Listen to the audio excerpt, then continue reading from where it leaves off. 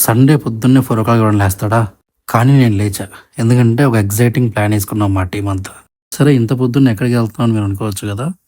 చెప్తాను. కొంచెం వెయిట్ చేయండి. మీరే తెలుసుకుంటారు. నేను మా టీమ్ అంతా పొద్దున్నే 4:00 లేసి ఒక ప్లేస్‌కెళ్ళాలని నిశ్చయించుకున్నాం. ఆ ప్లేస్‌కి 4:00 వెళ్తేనే బావుంటది. ఓకే. వచ్చేసాం. అదే ప్లేస్ కాదండి. మన అబిడ్స్‌లో ఉన్న ఇస్కాన్ టెంపుల్. అక్కడ 4:00కి శ్రీకృష్ణుడిని నిద్రలేపి మరీ హారతిచ్చి భజన చేస్తారు. అది చూడటానికి 2 కళ్ళు చాలలేదు. చాలా బావుంది. పొద్దున్నే 4:00కెళ్ళి అలా శ్రీకృష్ణుడిని దర్శించుకొని, హారతి చూసి, ఆ భజనలో పాల్గొనడం once in a life time experience. ఖచ్చితంగా వెళ్ళండి మీరు. అలా శ్రీకృష్ణుడి దర్శనం అవ్వగానే అక్కడ తులసి మాల ఉంది కదా!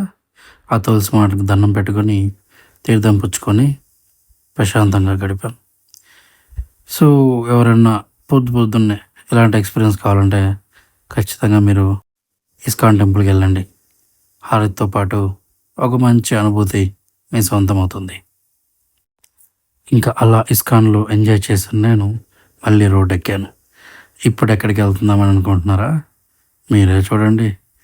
అబిడ్స్‌కి అతి తక్కువ దూరంలో చాలా ఫేమస్ ప్లేస్ ఉంది. అదేంటి? ఇంకేంటండి, మన హైదరాబాద్ కా షాన్, సింబల్ ఆఫ్ హైదరాబాద్ టూరిజం అయిన మన చార్మినార్. యప్. చార్మినార్‌కి వెళ్తున్నాం.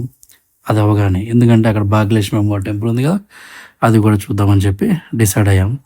సో, ఫాస్ట్‌గా భాగ్యలక్ష్మి అమ్మవారి టెంపుల్‌కి బయలుదేరాం. మన భాగ్యలక్ష్మి అమ్మవారు పొద్దున్నే మంచిగా హారతిచ్చి దర్శనం చేసుకున్నాం. కానీ ఏ మాట ఆ మాట చెప్పుకోవాలి. పొద్దున్నే హైదరాబాద్‌లో చార్మినార్ అంత ఖాళీగా ఉంటే నేను చాలా ఎక్సైట్ అయ్యా. మామూలుగా చార్మినార్‌కి ఎప్పుడొచ్చినా ఫుల్ జనాలుంటారు. మార్నింగ్ 7 అయింది. షాపులన్నీ ఓపెన్ ఉన్నాయి కానీ జనాలు చాలా తక్కువ మంది ఉన్నారు. ఇంకా షాపింగ్ అంతా చేసుకొని ఇంటికెళ్ళేసరికి 9 అయింది. సో, 4-9 మంచి ట్రిప్ అయింది హైదరాబాద్‌లో. మీరు కూడా ట్రై చేయండి, బావుంటది.